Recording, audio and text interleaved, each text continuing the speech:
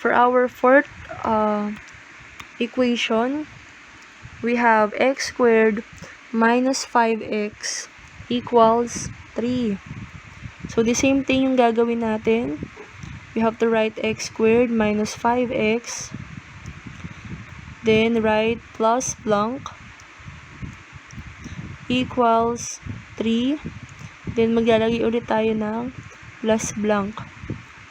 Para malaman natin yung value dito na ilalagay, we just have to copy negative 5 and then divided by 2. And the answer is negative 5 over 2 pa din. Ayun, i-squared naman natin yung sagot natin.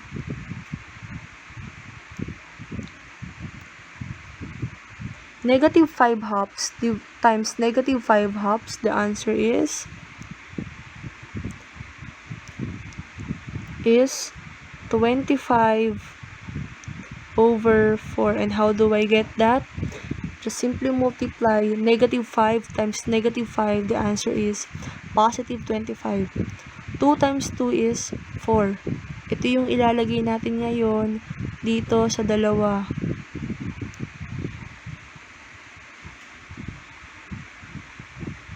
(25 over 4). 25 over 4. Ngayon, ipa-factor na natin to.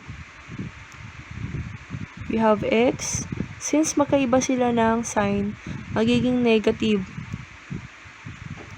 Ngayon, what is the square root of 25? The answer is 5. The square root of 4 is 2. Then, i-squared natin equals copy the denominator 4 and just multiply 4 times 3. The answer is 12. Copy the sign plus, then copy 25.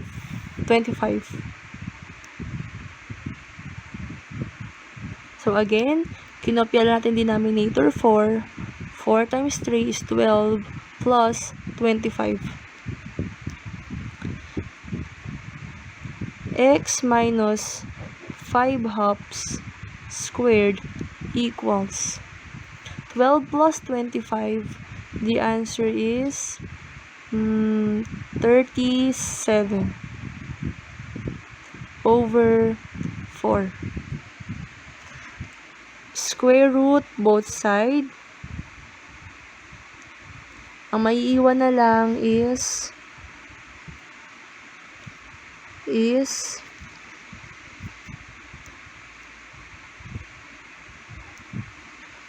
x minus 5 halves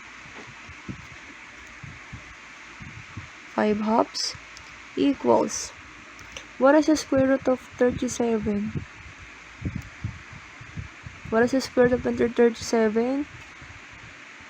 Hindi natin to wala siyang square root ang 37. But yung 2, yung 4 may square root which is 2. Kaya ang mangyayari, magiging ganito siya. Positive and negative square root of 37 over 2. So, bakit naging ganyan? What is the square root of 4? 2. Si 37, wala siyang square root. Kaya, naka-square root pa rin siya. So, medyo nagiging mahirap na yung nangyayari dito. So, solve na natin. Sa positive muna tayo magko-focus. Bring down x equals positive and negative square root of 37 over 2. Pag mali ako. Next na gagawin natin is bring down x minus 5 halves. Makukuha na natin yung second solution. Ngayon, positive ang gagamitin muna natin for our first solution. So, we have square root of 37 over 2.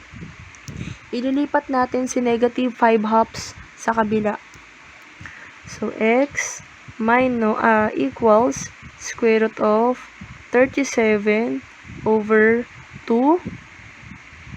Pag nilipat natin si negative 5 halves, magiging positive na siya. 5 halves. Ayusin ko lang. Okay, magiging positive na siya. Ngayon, ang mangyayari, just copy x equals, we have 5 plus square root of 37 over 2. Ito na yung final answer natin. So, paano ko nakuha? 5 plus square root of 37, the answer is 5 plus square root of 37. Bawal kasi silang i-add kasi naka-square root siya, naka-radical sign. And then, just copy the denominator 2. And this is our first solution. For our second solution, negative naman yung gagamitin natin. So, yung ano ba ulit yung equation kanina? We have x minus, ito yung kokopyahin natin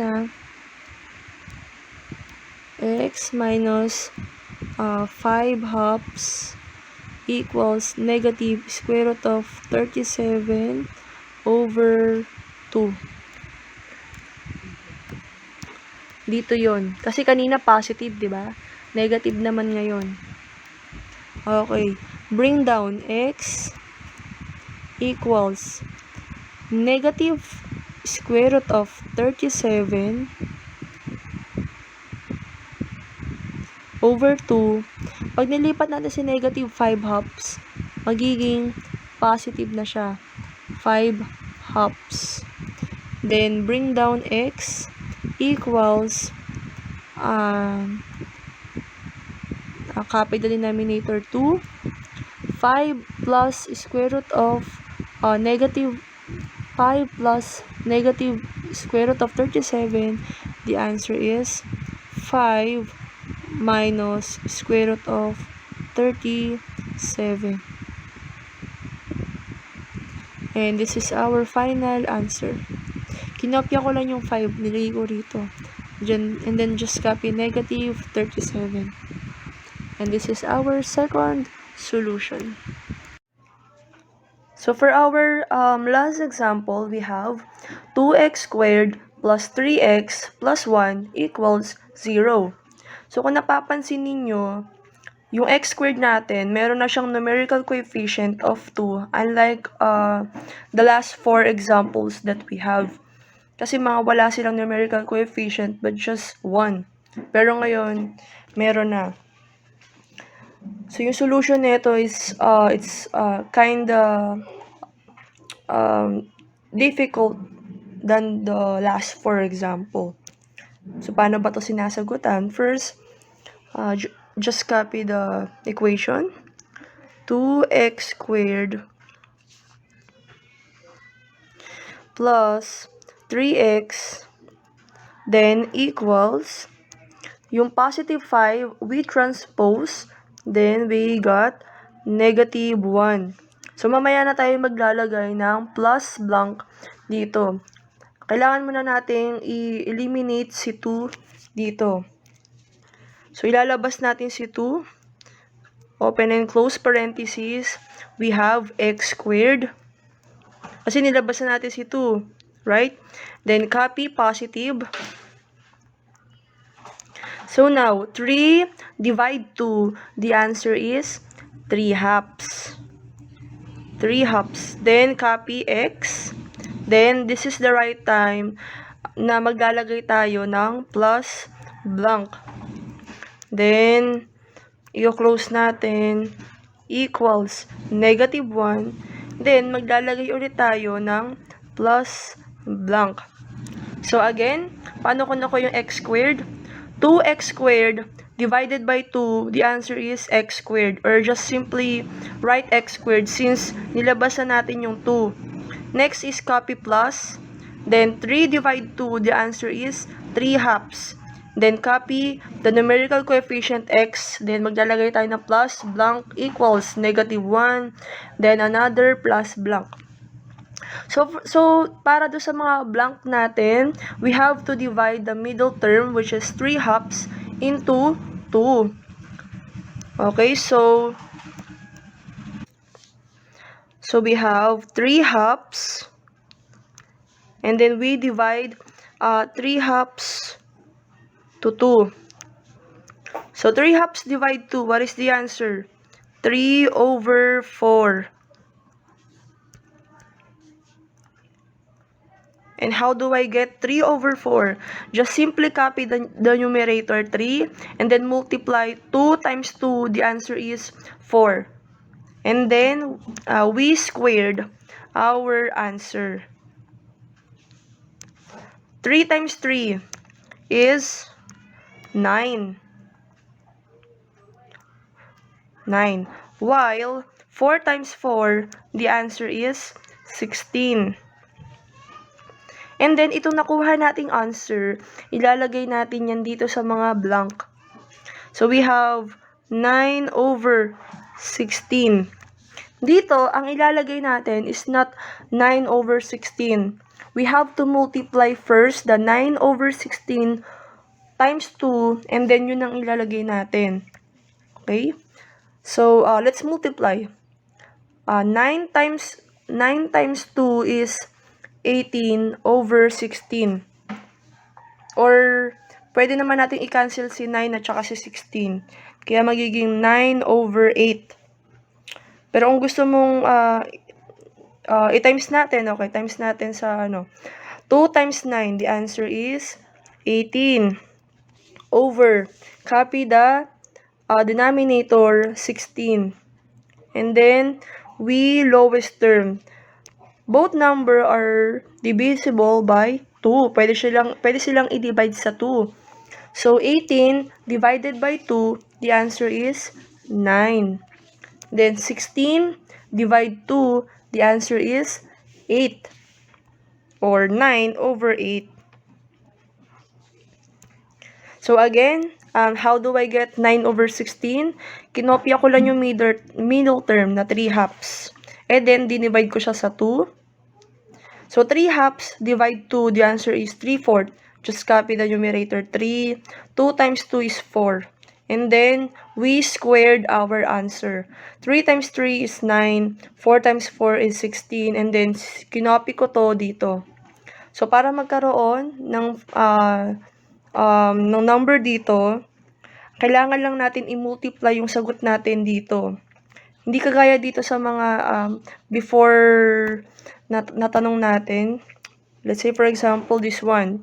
We just copy our answer. Kasi, the numerical coefficient dito is 1. Kasi 1 times 25 over 4, the answer is 25 over 4 pa rin. Okay? Pero dito kasi, we have the numerical coefficient 2. So, we have to multiply it first bago natin ilagay dito.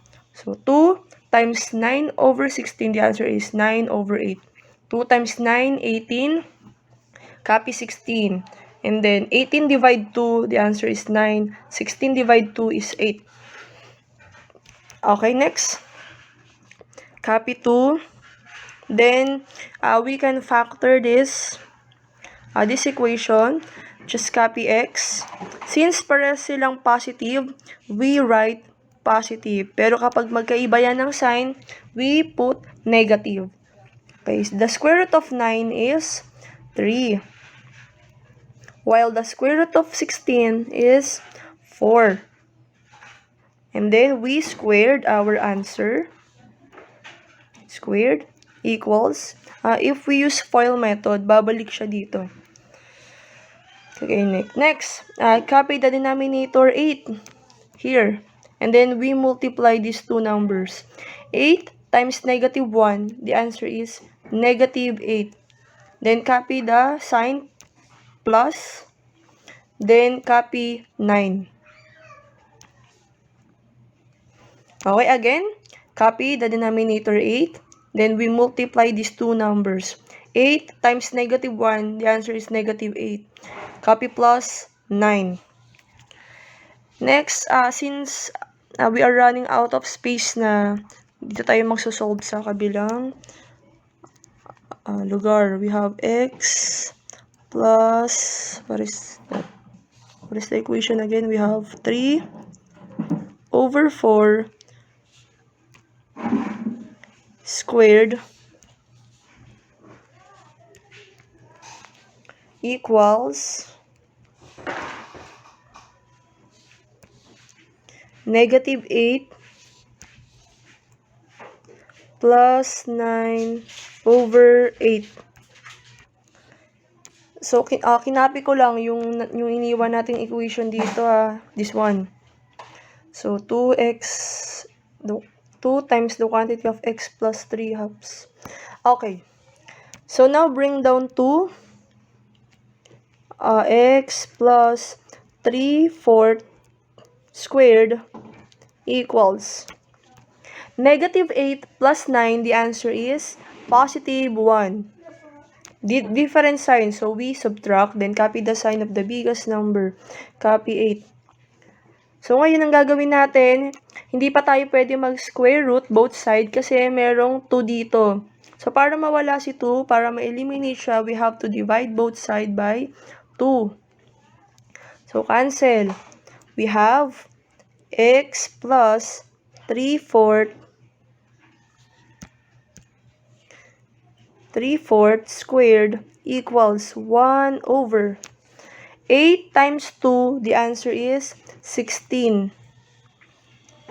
And then, mag-i-square root na tayo both side. So, cancel. We have x plus 3/4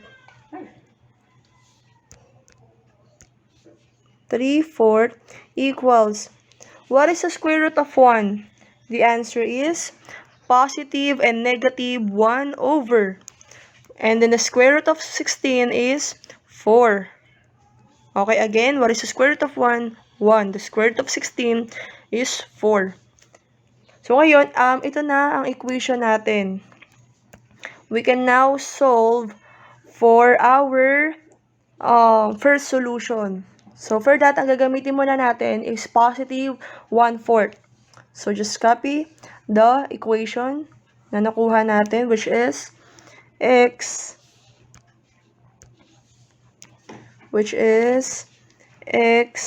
plus 3/4 equals positive 1/4.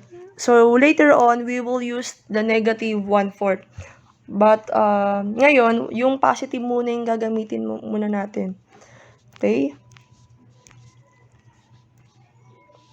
So, I'm just gonna... Okay. So, x equals 1/4. Yung positive 3/4, we transpose, magiging negative 3/4. Kasi nilipat natin.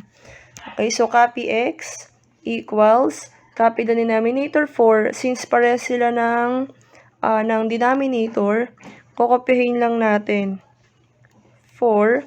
Then, 1 minus 3, the answer is negative 2. So, pwede itong i-lowest term, di ba? Yung 2 at saka 4. So, lowest term natin, x equals, both numbers are divisible by 2. So, negative 2 divide 2, the answer is negative 1. 4 divide 2, the answer is 2. And this is our first solution. So, how about for our second solution? Okay, so, tingin ko lang. Okay, so, copy the equation na nakuha natin, which is x plus 3/4 equals negative 1/4. So, negative naman. Kanina we use the positive 1/4. Now, we use the negative 1/4. So, bring down x equals negative 1/4. Yung positive 3/4, ililipat natin siya sa kabila, magiging negative 3/4. Then, bring down x equals x equals, copy the denominator, 4. Kasi parehas sila ng denominator. Okay? O, ngayon, sagutin natin. Negative 1 minus 3, the answer is negative 4. The same sign, so we add. Okay, next. X equals negative 4 divide 4. The answer is negative 1. And this is our final answer. So I hope you understand our topic about completing the squares. Thank you.